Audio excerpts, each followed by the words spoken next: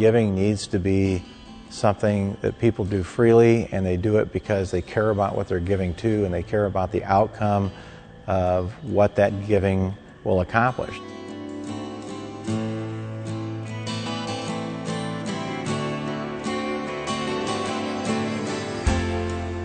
You'll find me out digging up sweet potatoes and pulling out corn plants in Kenya or Zambia or Angola, talking to farmers about what their biggest problems are, what kind of problems do they have with their roots, and what kind of pests do they have, what kind of fungus do they have. So I wouldn't even know those basics if I weren't farming.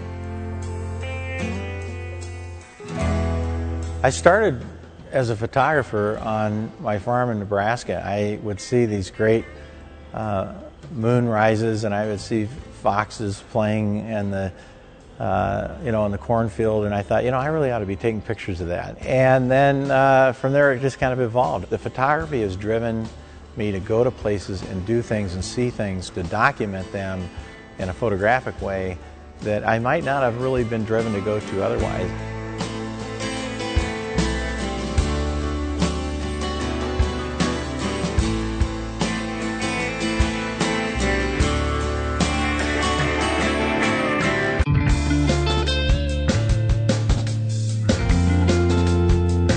How do I document this? How do I explain this story to other people? And how do I use that to help raise awareness or get additional resources? I've taken some pretty tough photographs, and the ones that you might think are tough don't seem to be tough because you don't have time to think about it. When you have time to think about it, that's what makes it difficult. So, the times that I've taken pictures of tanks that are rolling down the road and just about run me over, or when the soldier in Ethiopia sticks his AK-47 in my chest and he's upset with me, and I figure out some way to take his picture, I don't have time to think about it. So I'm just taking pictures in that situation, and they just happen.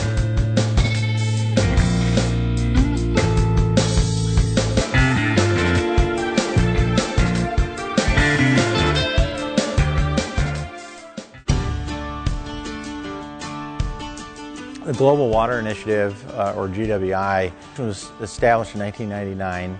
The primary focus right now is really on how do we get clean water delivered to people in rural areas that really don't have access to it today. Some of the most impoverished and marginalized communities, primarily in Africa, Central America, Mexico.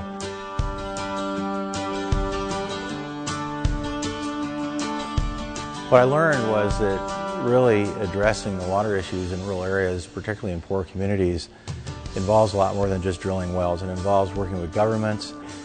How does one country impact another country in terms of the water flow and the impact that they might have on a country if they somehow interfere with that water flow?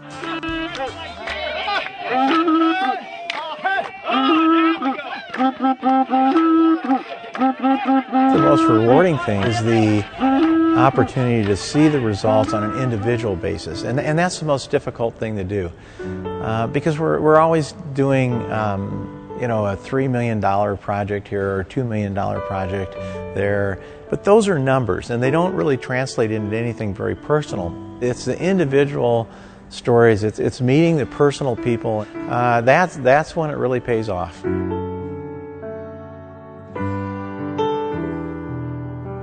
One of the things about the farming community, they're very familiar with how important it is for neighbors to help neighbors. And the one thing about that is it means farmers share, and it means they will sacrifice. And if you understand sharing and sacrifice and helping neighbors, then you would make a pretty good philanthropist.